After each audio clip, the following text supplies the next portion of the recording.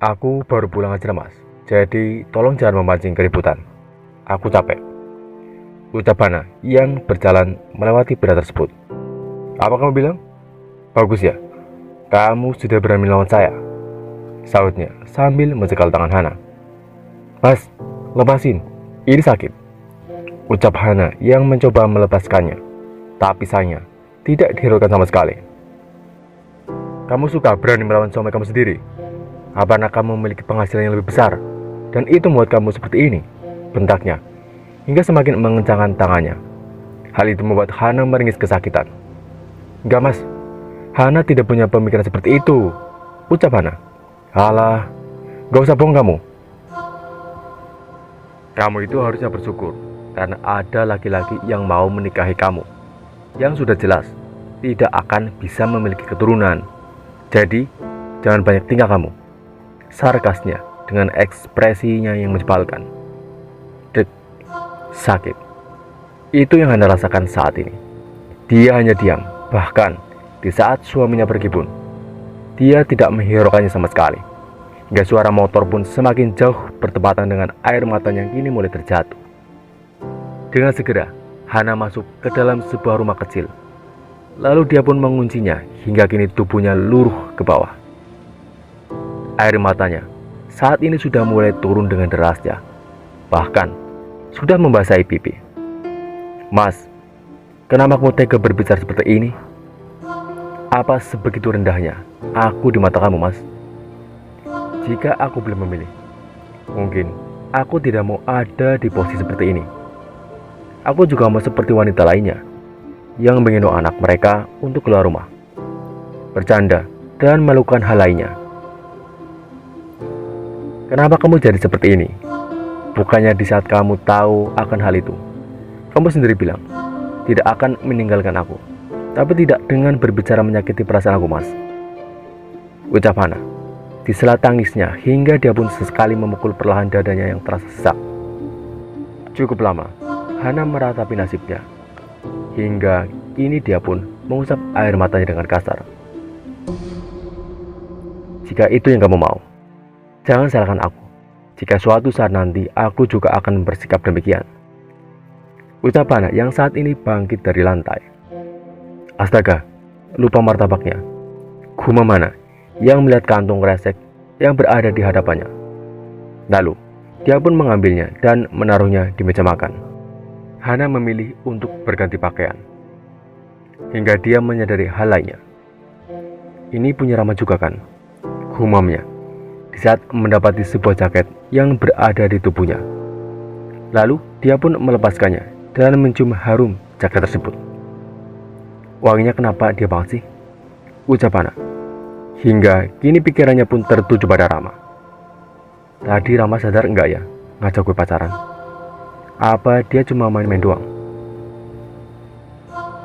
Secara kan dia masih remaja, masa iya mau sama gue yang udah jelas istri orang? Udah gitu enggak secantik siswi yang ada di sekolah pula. Kalau boleh sih gue mau aja pacaran sama dia, tapi kayaknya itu cuma mimpi deh. Buat gue apalagi Rama itu kan sering banget bercanda. Gini banget ya, kalau udah dikasih harapan sama anak remaja, pasti nggak jelas banget kebenarannya. Gumam Hana yang kini memilih untuk kembali ke meja makan untuk menyantap martabaknya. Hana memilih untuk menghabiskan semuanya tanpa dia mempedulikan suaminya yang sudah menyakiti hatinya. Hingga kini, Hana sudah merebahkan tubuhnya karena perutnya sudah sangat kenyang. Tapi kenapa ya, punya Rama kelihatan lebih besar gitu? Apa karena dia merawatnya dengan baik atau memang sudah dari sana ya? Padahal punya Mas Dani gak seperti itu. Apa mungkin suatu saat nanti gue bisa berada di bawah genggaman dia dan kita bisa berkeringat bersama? Ah, apaan sih Han? Lo itu terlalu mengharapkan hal yang lebih sampai lo lupa posisi lo saat ini, ucapnya hingga terlihat tatapan sendu di sana. Dan perlahan Hana pun memejamkan matanya karena terasa ngantuk yang datang begitu saja. Keesokan harinya, Hana sudah bangun dari tidurnya. Dan seperti wanita pada umumnya, setiap pagi Hana menyiapkan sarapan untuk suaminya sebelum dia bersiap untuk pergi ke sekolah. Jam menunjukkan pukul 6 pagi, membuat hanya yang kini berada di meja makan, menyantap sarapan seorang diri. Sudah beberapa bulan terakhir ini, Mas Dhani memang tidak pernah menemani sarapannya. Bahkan, Hana tidak tahu dengan jelas suaminya pergi kemana dan pulang jam berapa. Pernah dia bertanya kepadanya, tapi yang ia dapatkan hanya sebuah bentakan, dan itu membuat dirinya memilih untuk diam dan tidak memperdulikannya. Berbeda dengan apa yang Hana kenakan di saat pergi ke rumah Rama. Kini dia mengenakan pakaian yang lebih sopan, dengan rambut yang dia biarkan terurai. Waktunya kita berangkat, ucap Hana yang memilih untuk menggunakan mobilnya ke sekolah. Hana memang memiliki mobil, pemberian orang tuanya. Namun, karena dia terlalu malas untuk terjebak dalam kemacetan, membuatnya memilih untuk menggunakan angkutan umum saja. Astaga, untung saja nggak kena, ucap Hana di saat mobilnya diselip oleh beberapa motor. Anak zaman sekarang, kalau pakai motor nggak ngelihat orang lain apa gimana ya? Sebentar, bukannya itu Rama dan juga teman-temannya ya? Masih pagi udah buat masalah, membahayakan orang lain pula. Gumam Hana yang menatap kesal mereka. Hingga kini Hana pun sampai di sekolah yang sudah cukup ramai. Hana pun keluar dari mobilnya dengan membawa sebuah tas yang cukup besar. Rama, ikut ke ruangan saya, ucap Hana, membuat Rama dan kedua temannya menatap Hana tidak percaya. Loh, kenapa bu? Saya enggak membuat kesalahan loh. Bahkan saya aja baru berangkat, tanya Rama. Saya sudah suka dibantah, ucap Hana, lalu dia pun pergi menuju ke ruangannya, membuat ketiga remaja itu menatapnya tidak percaya. Dia kenapa sih Rama? Tanya Jody. Gue aja nggak tahu. Udahlah, gue nemuin dia dulu aja, daripada nanti gue dapet hukuman yang berat. Gue juga yang bakal susah, pamit Rama. Iya, kalau lu butuh bantuan, tinggal kabarin kita berdua aja ya. Pasti kita bantuin kok, ucap Sandi, membuat Rama menganggukkan kepala. Lalu dia pun berlari ke ruangan Hana. Tok tok tok tok. Masuk, ucapnya dari dalam, membuat Rama dengan segera masuk dan menutup pintunya terlebih dahulu. Ada apa bu? Tanya Rama.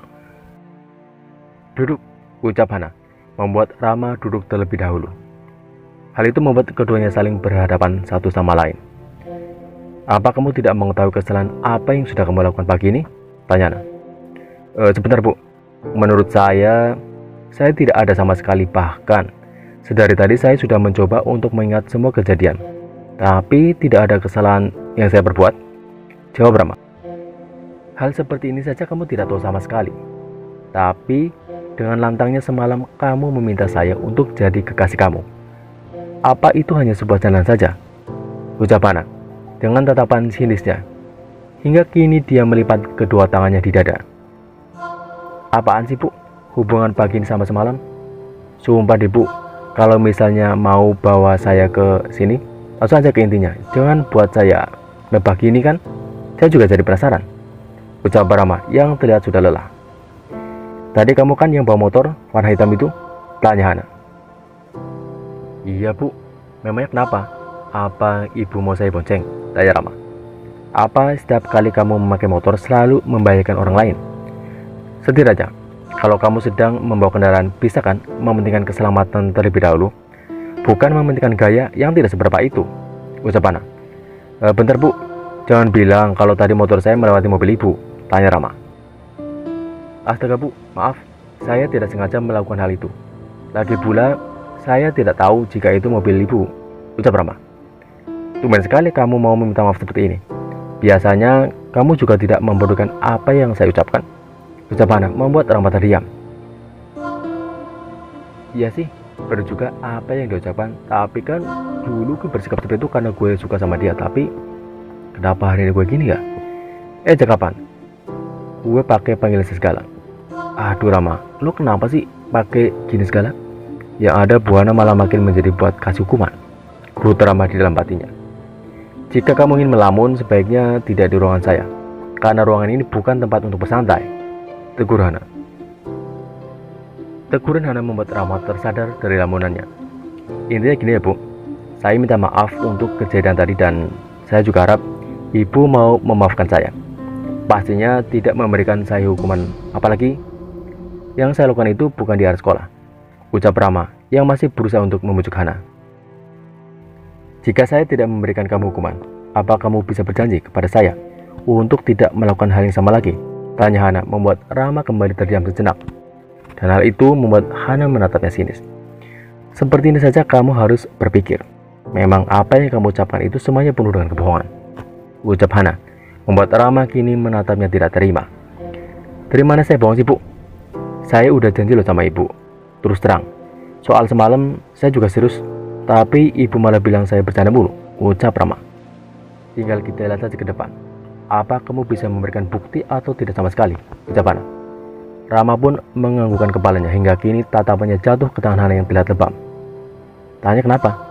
Tanya Rama yang memegang tangan Hana, tapi dengan segera ditepis oleh Hana. Kamu lebih baik masuk kelas sana.